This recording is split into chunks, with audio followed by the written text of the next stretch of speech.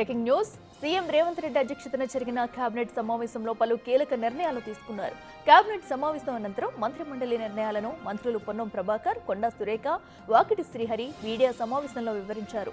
బీసీలకు 42% రిజర్వేషన్ల బిల్లులకు వెంటనే చట్టబద్ధత కల్పించాలని మంత్రిమండలి రాష్ట్రపతిని విజ్ఞప్తి చేసింది.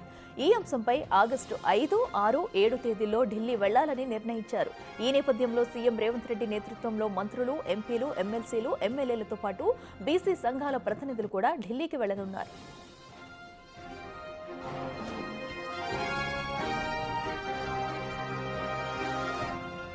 స్థానిక సంస్థల ఎన్నికలు నిర్వహించాలని హైకోర్టు గడువు విధించింది. ఈ గడువు సమీపిస్తున్న నేపథ్యంలో స్థానిక సంస్థల ఎన్నికల్లో బీసీ రిజర్వేషన్లను అమలు చేసేందుకు ప్రభుత్వం అడుగులు వేస్తుంది. పార్లమెంటు సమావేశాలు జరుగుతున్న నేపథ్యంలో ఆగస్టు 5న బీసీ రిజర్వేషన్ బిల్లుల ఆమోదంలో జాప్యానికి నిరసనగా పార్టీ ఎంపీల ద్వారా వాయిదా తీర్మానం ఇప్పించాలని కేబినెట్ నిర్ణయించింది. 6న మంత్రులు, ఎంపీలు, ఎమ్మెల్యేలు, ఎమ్మెల్సీలు, ఇతర ప్రజాప్రతినిధులు కలిసి జంతర్ మంతర్ వద్ద ధర్నా, 7న సీఎం నేతృత్వంలో ప్రజాప్రతినిధులందరూ రాష్ట్రపతిని కలిసి బిల్లుల ఆమోదం కోసం వినతి పత్రం అందించాలని మంత్రివర్గం నిర్ణయించింది.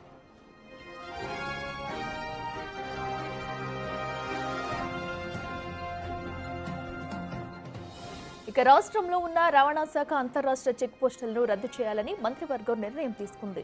రాష్ట్ర సరిహద్దుల్లో మొత్తం 15 చెక్ పోస్టులున్నాయి. జాతీయ రహదారులపై రవాణాకు ఇబ్బంది లేకుండా వాటిని తొలగించాలని అన్ని రాష్ట్రాలకు కేంద్ర ప్రభుత్వం సూచించింది.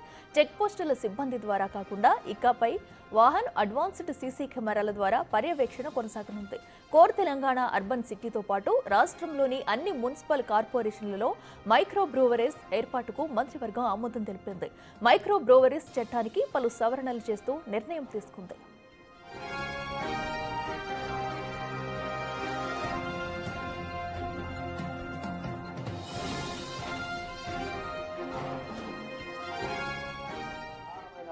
రాష్ట్రంలో స్థానిక సంస్థల ఎన్నికలు జరపాలి కాబట్టి విద్యా ఉపాధి అవకాశాలను 42% రిజర్వేషన్ కల్పించాలి కాబట్టి గతంలో మా ప్రభుత్వం డిసెంబర్ 3, 2023 అధికారంలోకి వచ్చిన తర్వాత ఫిబ్రవరి 4, 2024 నాడు తీసుకున్న నిర్ణయం ప్రకారంగా కుటుంబాల వారీగా సర్వే జరిపి అందుకు సంబంధించినటువంటి నివేదికను సబ్ కమిటీ ద్వారా పరిశీలన చేసి క్యాబినెట్కి ఇచ్చి ఫిబ్రవరి 4, 2024 25 రోజు సంవత్సర కాలం లోపల దాన్ని ఆమోదింపజేసుకున్నటువంటి విషయం తెలంగాణ ప్రజలందరికీ తెలుసు, ముఖ్యంగా బలహీన వర్గాల బిడ్డలకు, రాజకీయ పార్టీలకు. దాని తదుపరి 17వ తారీఖు మార్చి నెలలో 2 బిల్లులుగా bill number 3, bill number 4 Telangana శాసనసభ ద్వారా అన్ని రాజకీయ పార్టీల సహకారంతో గౌరవ ముఖ్యమంత్రి రేవంత్ రెడ్డి గారి నాయకత్వంలో